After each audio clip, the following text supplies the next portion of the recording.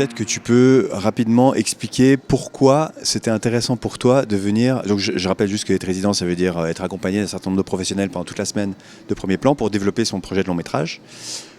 Pourquoi et comment est-ce que tu t'es retrouvé ici? C'est un scénario que j'ai travaillé au sein de l'atelier scénario de la FEMIS, dont je suis sorti en juin dernier.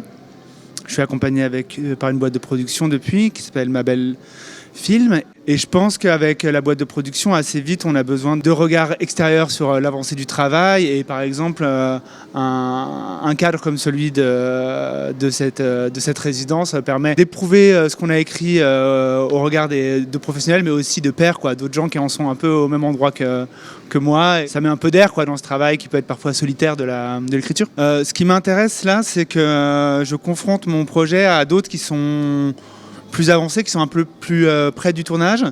Et ça me donne l'occasion de re-questionner des questions de mise en scène et des choses que le travail au quotidien du scénario nous fait parfois perdre de vue. Et du coup, de ne pas oublier qu'on va faire un film et de se poser des questions sur l'image, la musique, le son, etc.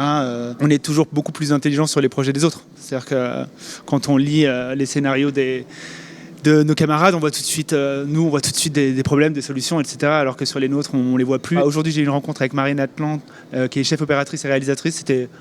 C'est vraiment super. Et je vais rencontrer notamment une directrice de casting. Ça m'intéresse parce que c'est une question un peu angoissante. Parce qu'on sait qu'aujourd'hui, beaucoup des enjeux de production passent par le choix du casting. Et en même temps, du coup, en tant que réalisateur, réalisatrice, on a aussi envie d'avoir la main là-dessus, on est contraint industriellement, en même temps c'est le jeu du cinéma, mais bon, ça peut être un endroit d'inquiétude et du coup de pouvoir avoir l'occasion d'en parler, je suis content. Est-ce que tu peux nous raconter un peu ton histoire? C'est l'histoire d'une femme qui a un problème de dégâts des eaux et qui se retrouve bien seule parce que par ailleurs un vaisseau extraterrestre atterrit à l'autre bout du monde et tout le monde entier est pris par cette histoire et elle est les deux pieds dans son dégât des eaux.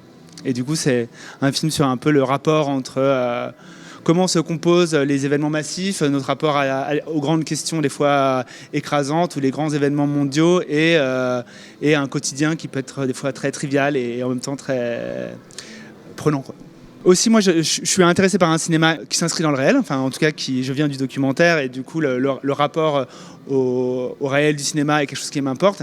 Et en même temps, que proposer un grand geste de fiction, et genre le plus grand geste possible, peut-être, c'est celui d'amener sur Terre des extraterrestres, et nous dit quelque chose du monde, enfin en tout cas comme un coup de pied dans la fourmilière. Au cinéma, on passe beaucoup de temps à essayer de monter ces films. Enfin, le temps de la fabrication, le temps du tournage surtout, est vraiment, on tourne très peu par rapport au temps qu'on passe à essayer de faire nos films. Même un réalisateur pour qui ça marche bien, qui va faire beaucoup de films, aura tourné finalement peu de jours dans sa vie, si on compare avec n'importe quel autre artisan. Et du coup, je me dis, quand même, faire du plateau, diriger des acteurs, des actrices, faire du plateau, c'est important. Et du coup, je suis en train aussi, par hygiène personnelle, de prendre un plaisir à ce temps de conception, Et du coup, si je me dis que la vie, elle commence vraiment quand je vais tourner, c'est-à-dire que tout ce que je vis d'ici là n'est qu'un temps d'attente.